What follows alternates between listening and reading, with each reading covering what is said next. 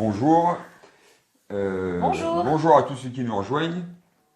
Donc voilà, on est bientôt fin juillet. On voulait refaire un petit point avec Delphine, donc de chez Imancy, pour faire un point bancaire et un point immobilier. Si vous avez des questions, n'hésitez pas, voilà, sur toute l'actualité bancaire du moment, qui concerne l'immobilier, bien évidemment. Que ce soit pour Bruno ou pour moi, Bruno agent immobilier ou moi courtier. Donc si tu peux nous faire un petit point en ce moment, voilà, l'actualité bancaire, Alors l'actualité comment ça se passe? Voilà, en introduction, bon, l'actualité bancaire, les taux augmentent. Bon, ça, effectivement, tout le monde le sait. Alors effectivement, ils ont augmenté au mois de juillet à peu près de l'ordre de 0,20%. Bon, on attend une augmentation également au mois d'août qui sera, j'espère, de la même ampleur. On ne sait jamais trop à l'avance en fait l'augmentation des taux. Donc on le sait un petit peu quand ça arrive. Donc généralement ça augmente en début de mois. Donc là les projets immobiliers au mois de juillet ont été un petit peu moins nombreux, mais honnêtement c'était presque plus que l'année dernière. Donc on voit qu'il y a quand même de l'acquéreur et des vendeurs. Après, voilà, on finance de l'immobilier particulier, du professionnel aussi. Le pro, c'est l'investisseur, quoi. C'est l'investisseur ou c'est l'achat de locaux professionnels ou fonds de commerce également. Et du coup, là, on est sur quelle moyenne de taux par rapport à... Alors là, tout de suite, sur juillet, on va dire, on est... alors, le meilleur taux qu'on ait en juillet, c'est 3,75 sur 25 ans. Voilà, alors avec des dossiers avec de l'apport personnel. Sinon, sans apport, on est plutôt sur l'ordre de 3,89.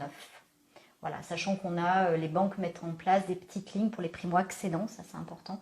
Des petites lignes à taux réduit en fait, de 15 000 € à 1,50.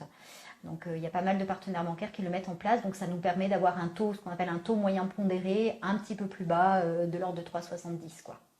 D'accord. Et qu'est-ce qui se peaufine pour le mois d'août là? Donc 0,20, c'est-à-dire qu'on va frôler les 4% sur 25 ans? Oui. D'accord. Ouais, on va presque, je pense, frôler, aller au-dessus même. Hein. Et pour les prêts professionnels, notamment, j'avais un partenaire bancaire ce matin, les prêts professionnels, on va se rapprocher à la rentrée des 5%. D'accord. Mais du coup, pour les investisseurs, mais eux, c'est pas sur 25 ans du coup. Non, c'est sur des durées plus courtes et puis c'est pas forcément les investisseurs, c'est surtout sur du professionnel, achat d'un local commercial pour y installer son activité.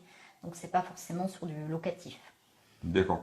Donc 25 ans, et tu m'avais parlé, 30 ans, ça c'est toujours pas possible, on remonte toujours pas sur 30 ans. On reste 25 ans sur du prêt immobilier, sur du locatif c'est plutôt du 20 ans.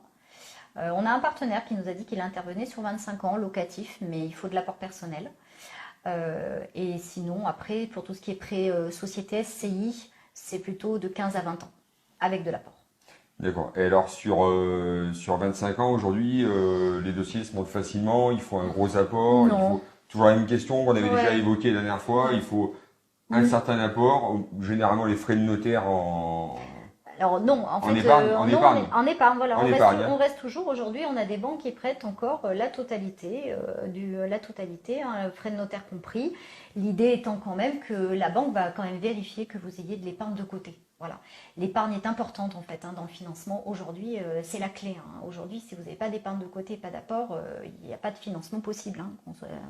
Nous aujourd'hui, les dossiers on les présente plus parce qu'on a eu des refus depuis, ça fait 1 an à peu près que les conditions ont changé. D'accord, donc aujourd'hui, les gens qui n'ont pas d'épargne, vous montez même pas le dossier, quoi. Non. Honnêtement, là aujourd'hui, toutes les banques se freinent des cas de fer pour les gens qui n'ont pas d'épargne de côté. Donc à part, alors il y a toujours à savoir pourquoi vous n'avez pas d'épargne, c'est toujours pareil, on va dire qu'ils vont être plus cool pour les jeunes qui investissent quand ils ont 22, 23 ans, parce que là c'est compréhensible qu'à cet âge-là, on démarre dans la vie active et on n'a pas forcément épargné. Donc voilà, le dossier peut se justifier, mais à partir du moment où on commence à vieillir, avoir 30, 40 ans et qu'on a une activité professionnelle depuis quelques années, la banque ne conçoit pas qu'on ait mis de l'argent de côté. D'accord. Et là, l'ensemble des partenaires revient sur... Ils disent tous la même chose, il n'y en a pas un qui sort du lot, quoi. Je veux dire, on est tous... Donc pas d'épargne, pas de prêt, quoi. Pas de prêt immobilier en tout cas. C'est ça, il faut penser à une donation. C'est ce que je dis souvent à mes clients, j'ai dit c'est le bon moment d'avoir une donation parentale si on peut en avoir une. Pas d'épargne, même sur un profil jeune, nous demande une personne. Donc oui, alors ce que disait Delphine, sur une personne jeune, c'est quoi, moins de 25 ans? Oui, voilà. Jeune tous en temps, parce que nous on est jeunes avec Delphine, on a un peu plus de 25 ans. Un petit peu plus. Oui, après, voilà, si vous êtes effectivement jeune, alors ça dépend effectivement de votre âge, mais ça peut se justifier du fait que vous n'êtes pas non plus dans la vie professionnelle depuis très longtemps.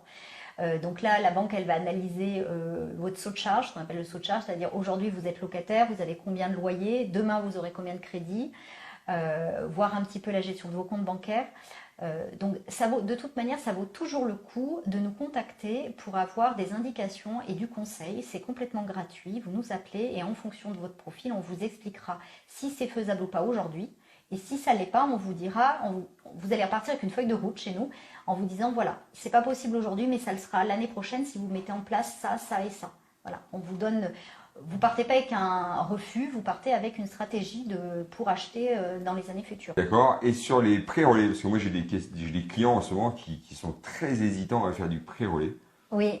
Euh, Alors, les banques, pour l'instant, en pré-relais, restent sur la même stratégie. Donc, il n'y a pas ils referment pas du tout. On reste sur donc, ils vont demander une estimative forcément d'agence immobilière pour avoir la valeur. Donc, ils vont codifier 70% de la valeur pour calculer la valeur du pré-relais. Alors après, c'est un peu technique, donc c'est compliqué de vous l'expliquer en live. Il faudrait que j'ai un tableau derrière moi. Mais le pré-relais est toujours finançable et il n'y a pas de restriction particulière. le pré-relais à condition, bien évidemment, que vous ayez fait faire une estimation Par un professionnel de réaliste l'immobilier. et correcte par un bon professionnel, voilà, pour pas vous mettre en porte-à-faux sur ce pré-relais avec une surestimation du bien, en gros, et que vous, derrière, Oui. vous prêtiez par rapport à une surestimation. Et comme le marché immobilier en ce moment, C'est pour ça que la banque, elle prend que 70%. voilà, En fait, pour s'assurer c'est pour s'assurer une qu'au chute. cas où il y ait une baisse de la valeur, que le client puisse rembourser son pré-relais. D'où les 70% en fait. Il y a des banques qui vont demander une estimation d'agence et il y a des banques qui demanderont 2 estimations d'agence. Ça dépend les banques. Donc si je résume, voilà. Et au mois d'août, là, du coup, ça va être pareil au niveau des prêts bancaires. Donc, est-ce qu'on a quelque chose, une visibilité pour une amélioration des taux, j'ai envie de dire, quelque chose Est-ce qui qu'il va... faut attendre pour acheter? Est-ce qu'il La faut attendre question pour du acheter? jour. Est-ce qu'il faut attendre pour acheter? Exactement. Non, il faut pas attendre Faut pour pas acheter. attendre pour acheter. Bah non, parce qu'en fait, là tout de suite, non, on n'a pas de vision d'un plafonnement des taux d'intérêt. Alors, il nous parlait de 4% il y a déjà 6 mois. On voit qu'on va... Il y a des simulations bancaires aujourd'hui qui sont au-dessus de 4%. Voilà. Donc aujourd'hui, on y est. Ça va continuer à augmenter. J'ai encore eu des partenaires là récemment qui nous ont dit qu'il y aurait une augmentation au mois d'août. Quelle sera son ampleur? Je ne sais pas, j'espère qu'elle sera limitée.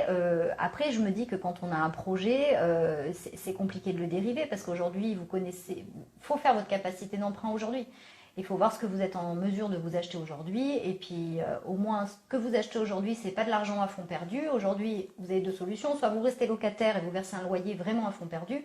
Soit vous achetez peut-être plus petit que ce que vous auriez acheté il y a 1 an et demi parce que les taux sont plus hauts. Mais au moins, je veux dire, vous créez un patrimoine et quand vous revendrez pour racheter plus grand, vous aurez quand même un reliquat en votre faveur parce que vous aurez amorti sur votre prêt. Donc, moi, je pense qu'acheter de toute manière, c'est Ah oui, la clé, je suis en fait. d'accord. Mais aujourd'hui, c'est vrai qu'on a tendance Il y un a petit pas de peu à bon voir moment, quoi. C'est les compliqué. acquéreurs qui ont perdu quand même nos clients acquéreurs qui ont perdu quand même en moyenne, moi, des clients qui avaient 270, 280 000 euros de capacité d'emprunt, aujourd'hui, ils ont 215, 220. Ouais. Donc forcément, ils se disent, voilà. En fait, c'est décevant. Oui. C'est décevant pour eux parce qu'ils disent mince, en fait, finalement, j'aurais dû acheter il y a 1 an et demi, mais je trouvais pas. Et là, en fait, l'idée, c'est d'acheter plus petit, en fait.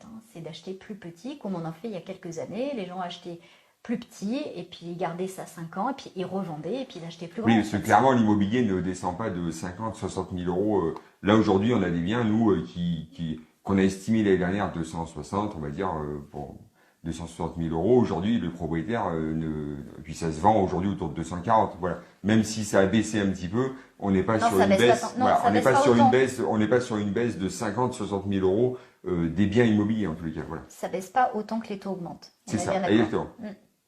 Donc après, il faut revoir les prétentions à la baisse. C'est toujours compliqué, mais c'est ce qu'on a fait, je répète, il y a 15 ans, c'était ça. On achetait plus petit parce que les taux étaient à 4%. Enfin, je veux dire, donc on l'a vécu. Mais effectivement, on s'achetait des biens plus petits qu'on gardait quelques années puis qu'on revendait pour s'acheter la maison avec les 3 chambres et le jardin qu'on voulait. D'accord. Et aujourd'hui, au niveau des assurances, là, j'avais cette question ce matin à mon signature.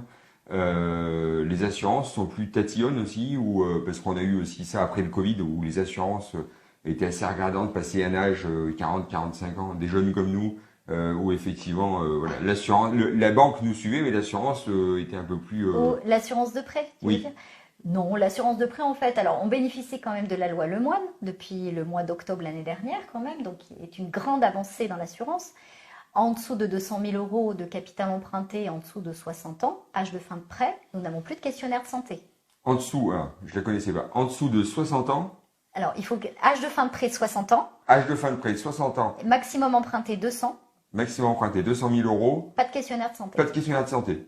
Donc si je fais un petit résumé de la situation bancaire à fin juillet, donc, parce on est le 25 juillet, donc faut de l'épargne. Si on n'a pas d'épargne, c'est pas la peine d'aller voir le Ouais. courtier ou la banque, puisque de toute façon, il y a très peu de chances que le dossier aboutisse. Donc de l'épargne, quand on dit de l'épargne, donc c'est au moins les frais de notaire, hein. Oui, voilà, on peut emprunter, on peut vous monter un financement, ce qu'on appelle à 110%, on finance tout, mais il faut que vous ayez de l'épargne de côté. Faut montrer pas de Sur un blanche. livret A, un LEP, peu importe. Voilà, faut montrer qu'on est capable d'épargner, les comptes qui soient propres, bien évidemment, j'imagine, Les pas de comptes qui soient découvert, propres, voilà. pas de crédit voiture, pas de leasing en cours. Alors pas si, de- le client peut avoir des crédits en cours, mais l'endettement sera calculé l'endettement d'autant, sera donc on va calculé, défalquer le crédit Oui, sur le taux mais d'endettement. dans l'idéal, c'est Ah bah, dans d'arriver quand l'idéal, même oui, sans. parce que moins vous êtes endetté, l'endettement des banques est calculé, en fait, c'est les crédits que vous avez en cours. Donc aujourd'hui, vous n'avez pas de crédit en cours, ça veut dire que pour la banque, vous n'avez pas d'endettement. Voilà. Donc effectivement, si vous avez déjà 200 euros de crédit voiture, ben, on va le compter en plus du futur crédit immobilier et on prendra l'endettement sur la totalité de ces charges-là, divisées par les revenus que vous percevez. Ouais. L'idée de la banque, c'est de prendre le moins de risques possible. Donc effectivement, si elle a un client on va demander les 3 derniers mois de relevé de compte bancaire pour étudier une demande de prêt. Donc c'est vrai que la banque qui ne vous connaît pas va faire en fait un état des lieux et va vous juger sur 3 mois. Donc c'est pour ça qu'en amont, c'est important de voir un courtier pour qu'on vous explique toute la stratégie.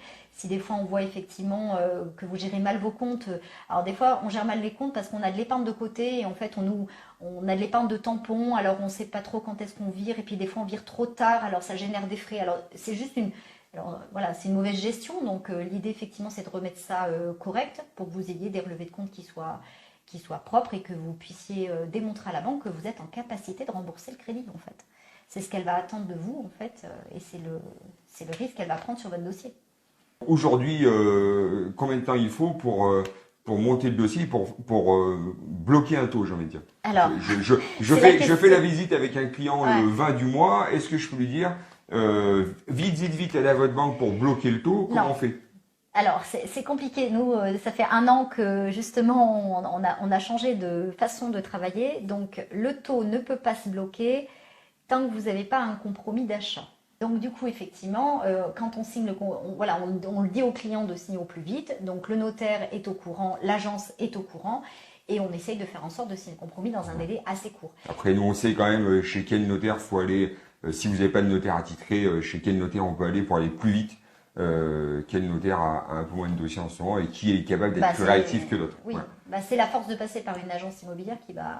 Là, on a signé le dossier avec Delphine, par exemple, en moins de 10 jours, on a signé un compromis de vente. Voilà. Oui, Donc ça, c'est ça. aujourd'hui, on est capable de le faire. Voilà. Donc là, du coup, sur ce dossier-là, effectivement, je l'ai envoyé en box sur offre d'achat, j'ai eu le retour des banques, je les ai mises en concurrence et tout de suite, en fait, on a validé avec le client et il a eu son taux du mois de juillet parce que, ça a bien marché, ça a été réactif, on arrive à Benoît a bloquer signé le compromis les taux. rapidement.